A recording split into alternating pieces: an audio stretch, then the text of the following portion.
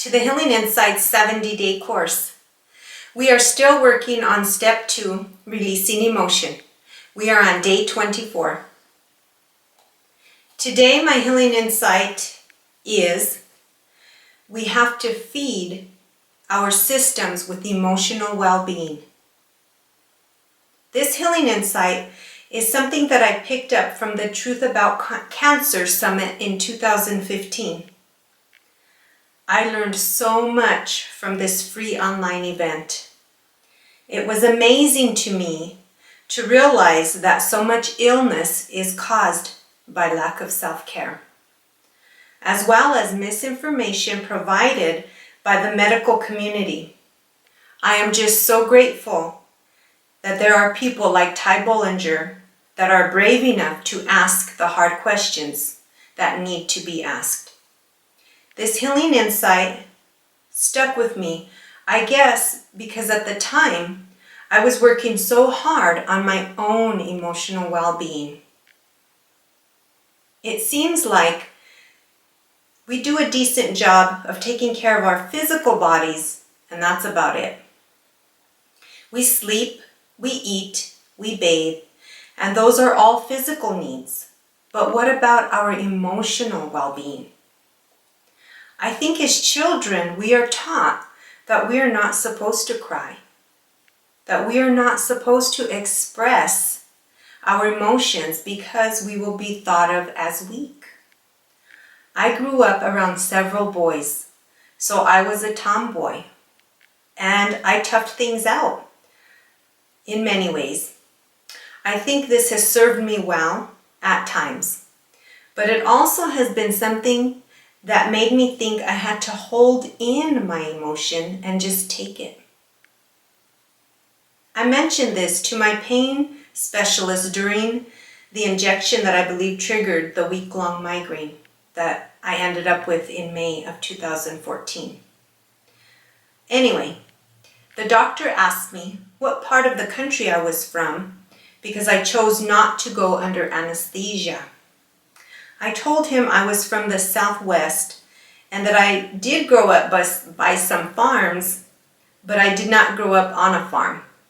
He said, I thought you were from the Midwest because usually that is where the tough farm girls are from. He just laughed and said that usually the little petite women are the tough ones that handled this kind of procedure without anesthesia. I told him that I had always toughed things out throughout my life, but that I wasn't sure if it was really to my benefit. He laughed again and continued with the procedure. The doctor injected the steroid into my jaw area, right on my face near my jawbone. But I want to take a look at this a little bit more deeply, because our mindset is what causes us to think a certain way, to feel a certain way, and to act a certain way. Be aware of that so that you don't get into situations where you're unable to process and release your emotions. I believe what Art Pisa, author and researcher and speaker, Truth About Cancer, was trying to say with this healing insight is that it is okay for us to be tender, to nurture our souls and our spirit. It is okay to take time to honor ourselves, to listen to what our soul is telling us that it needs. Take time to connect with spirit, your true self, so that you can live the truth each and every day. Instead of living in a mindset of old programs that we don't even realize are not serving us. The best way that I have found to apply this healing insight to my life was to become my own friend. I didn't even know this was an option until I started following Nick Ortner and his sister Jessica Ortner from thetappingsolution.com. This concept was quite shocking to me, since I had been beating myself up all these years and telling myself I had to be tough, that I had to suck it up and I had to grow a tough skin and just deal with it. But this is exactly the opposite of what I really needed to be doing for myself. I can't even explain it fully, how wonderful it is to take time to nurture myself emotionally and spiritually connect. This is the part of my day that I really treasure. These are the feelings that I have when I am connecting with Spirit. I feel safe. I feel comfort. I feel secure. I feel protected. I feel love and forgiveness, as well as my own self-love and self-forgiveness. I feel humbled. I feel empowered. I feel grateful. I feel thankful. I feel blessed. I feel connected. I feel whole. I feel such unity with the universe. I believe this is what Art Pisa meant by feeding ourselves emotional well-being. So take the time to nurture yourself emotionally and connect with Spirit. It is a beautiful way to honor your mind, body, soul, and spirit. So please do it. The activity, soul-searching questions, and daily challenge can be found in the workbook under day 24.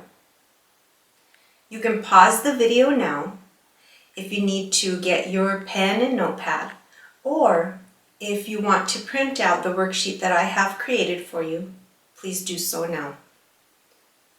The activity is called Feed Your Emotional Well-Being. Instructions. Finish the sentences to feed your emotional well-being. So I have several sentences here with many of the higher level emotions, and you are to complete them. So it starts, I feel safe when, and then you write it down. I feel comfort when. I feel secure when. I feel protected when. I feel love and forgiveness when. I feel self-love and self-forgiveness when. I feel empowered when. I feel grateful when. I feel thankful when. I feel blessed. I feel connected.